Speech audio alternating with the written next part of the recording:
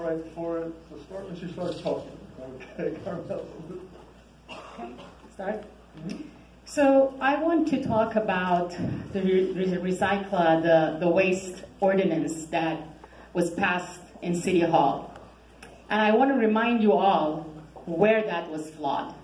The policy itself is exactly what we are fighting for. It's creating recycling on a mass basis, improving jobs, and getting extra trucks out of the streets. Where was that failed? It was failed in City Hall under the past, including the past councilman that stepped down midterm, where they did not airtight the regulation. And then it became wild, wild west. So let's remember, the policy is groundbreaking. The implementation is where it was flawed. And that's where I'm going to fight very hard and hold City Hall accountable when I get to City Hall on this issue. Thank you. Thank you very much. Mr. Yeager, something you'd like to answer that was asked to you directly. I'd like to address the Sunshine Canyon Landfill Community Amenities Trust Fund. It's something that I've dealt with as a child in Granada Hills, and as I mentioned before, the reason why we moved away.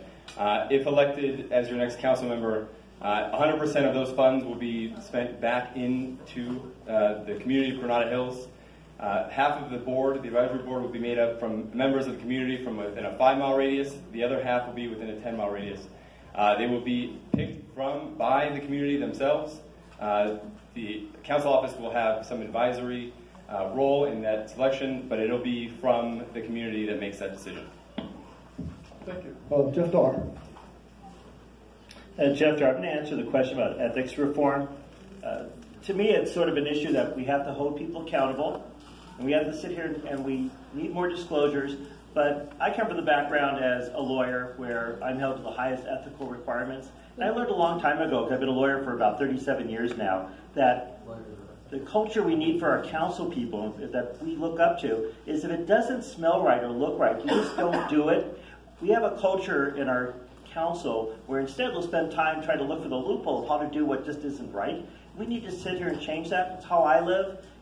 We will all know that our members are doing the right thing if that's how they also live. I am very proud that I have long at the beginning of this campaign, and have been holding to it, have stated that I will not accept real estate developer money. We need to sit here and do more of that. Thank you. Annie Cho. 45 seconds on whatever. Annie Cho. I want to talk about ethics reform. I want to tell you that I believe in what motions are being pushed through City Council right now, introduced by David Rue, but I think it can be strengthened. And I think that in City of Los Angeles in particular, we have a tendency to apply Band-Aid approach. I would like to see reform that can fix our ethics environment for once and for all. Why is it that we have the FBI coming in to have investigations every 10, 15 years? I think we really have to have a reform that's got some bones. And I believe in that because I'm not owned by anyone and I do not owe anything to anybody.